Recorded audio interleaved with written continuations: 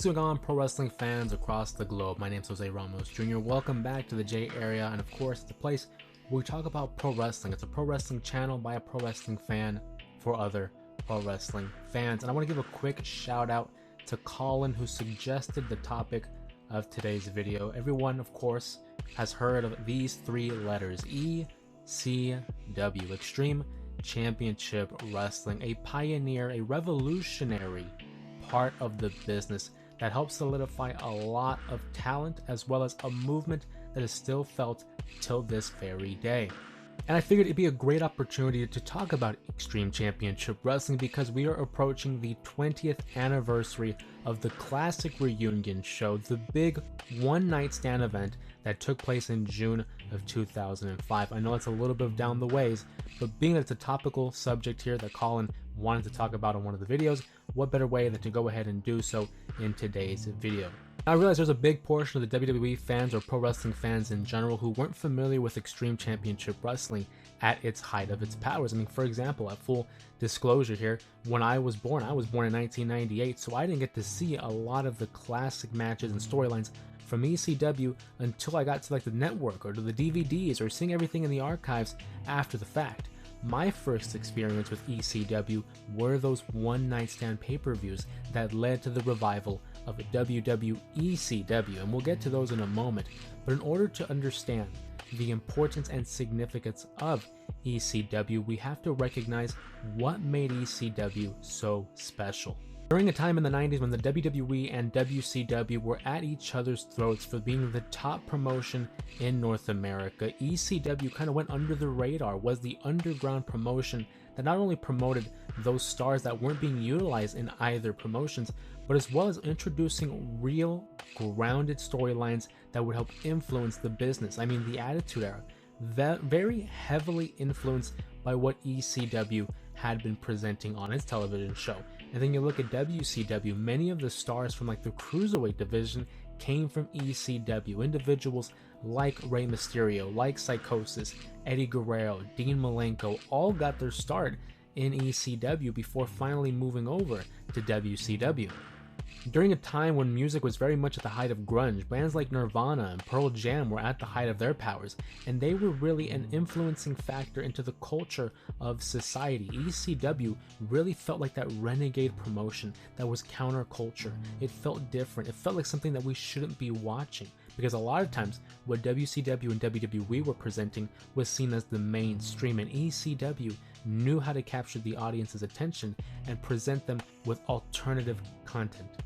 I mean, who could ever forget the feud between Tommy Dreamer and Raven, the rise of the Sandman? We even saw horrific matches that included blood, gore, physicality, and injuries that introduced concepts like New Jack and the Gangstas running in on these random matches, as well as the Vic Grimes situation. And it wasn't met with any controversy, of course. There were many a times that there were issues and stunts that were called into question that could have jeopardized the success and future of ECW, but through it all, it still managed to produce solid pay-per-views, great storylines, and gave fan service to all the people who dedicated their hard-earned money to what Paul E. Dangerously and company were promoting.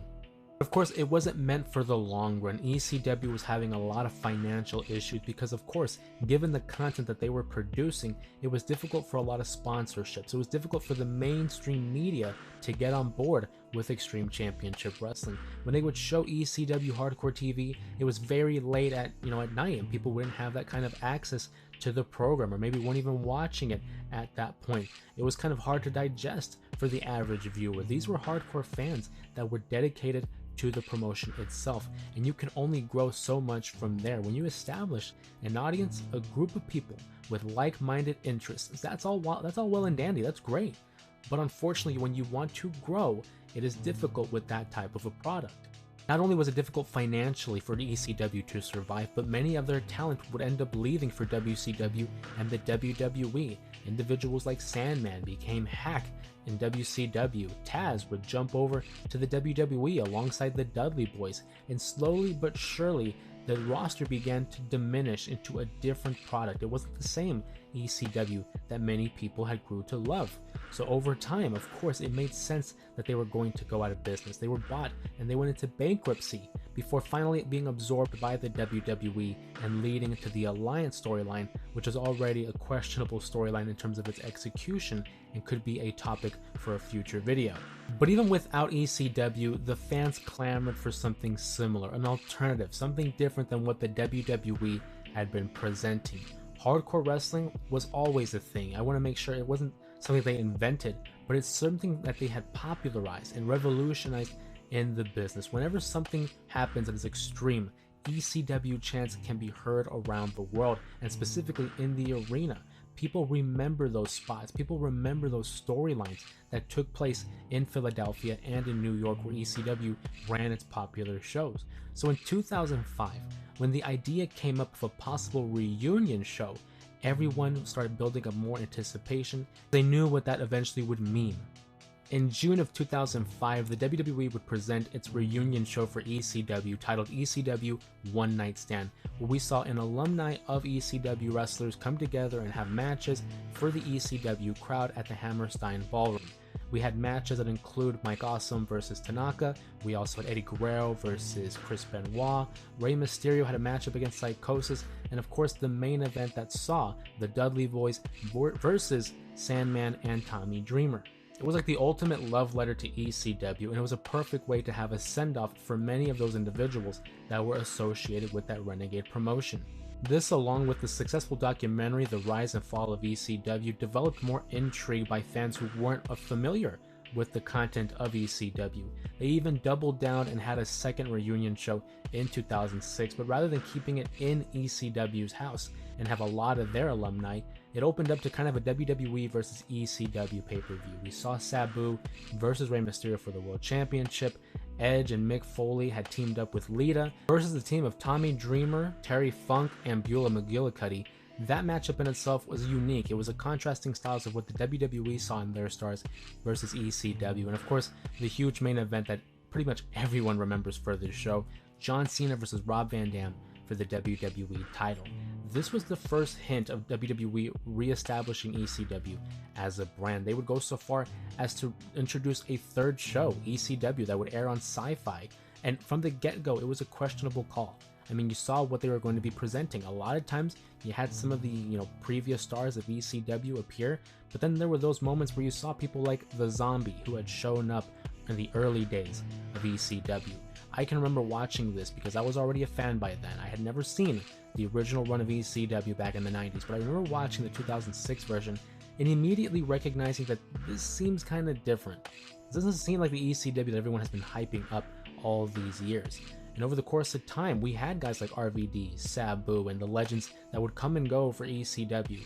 But then it became that third tier promotion where it was more like a developmental brand. Over the course of time, we saw a lot of the old guard move, and it was used for guys like Yoshitatsu and Shelton Benjamin to get over with the crowd, and served as like a third show, like a heat or a velocity even. ECW quickly diminished into another brand that really was just under the brand of ECW, no longer representing what hardcore TV was, rather just utilizing the name of Extreme Championship Wrestling. It was disingenuous. It wasn't legit. It felt like they were appeasing the crowd that wanted to see ECW while also kind of insulting the intelligence of the modern fan. I mean, we knew this was an ECW. Just because you slap 3 letters on it and call it ECW doesn't mean it's the same thing. And look no further than the pay-per-view December to Dismember, which is regarded as one of the worst pay-per-views in pro wrestling history, opening up to only 2 matches that were on the card, the Extreme Elimination Chamber and Eminem versus the Hardy Boys. Aside from that, everything else was basically something you would find on the average TV show or on a house show. Wasn't a memorable pay-per-view, and it's widely regarded as a misstep in the WWE's presentation of ECW, in which it never could recover. It even led to the walkout of Paul Heyman, who was literally the guy that helped popularize ECW in the 90s. And I see some people in the comments that actually pose the question, should it come back? Should they bring back ECW? And to answer that question, frankly, no, I don't think so. I think ECW is what it was. It should no longer be utilized as a way to bring back fans in terms of a new promotion. they can have these reunion shows. Look no further than NXT when they emanated from the ECW arena. It was a good little one-off, a special tribute to a time in pro wrestling that is much different than today. But I do not think they bring it back in terms of a promotion, in terms of another brand, or even a pay-per-view. If you want to have a one-off reunion show, that's one thing, but leave it in the past, because the last thing you want to see is have it tarnished even more, because that WWE ECW run did a lot of damage to the legacy of ECW. But for fans who are knowledgeable and know what the true ECW represented back in the 90s, then you all know the true legacy.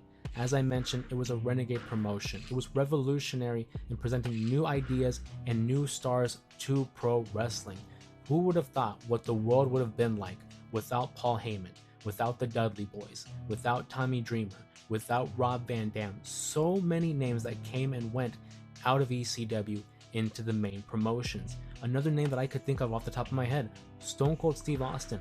After getting fired from WCW, he had a little stint in ECW before he became Stone Cold Steve Austin in the WWF. It helped rehabilitate a lot of people's careers and served as that barrier in terms of what was the next move. ECW will go down as one of the greatest things in pro wrestling history, and I think we should leave it at that and no longer try to push forward the narrative of should we bring it back. But see, now it's your turn to have your voices heard. Comment down below and let me know what you think about ECW. What's the long-lasting legacy of Extreme Championship Wrestling? Some of your favorite matches or wrestlers that came from ECW, and what is the long-lasting legacy that it has on professional wrestling?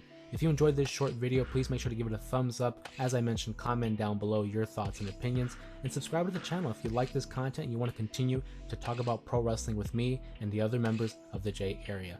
With that being said, my name is Jose Ramos Jr. Thank you for stopping by for this video, and we'll see you in the next one.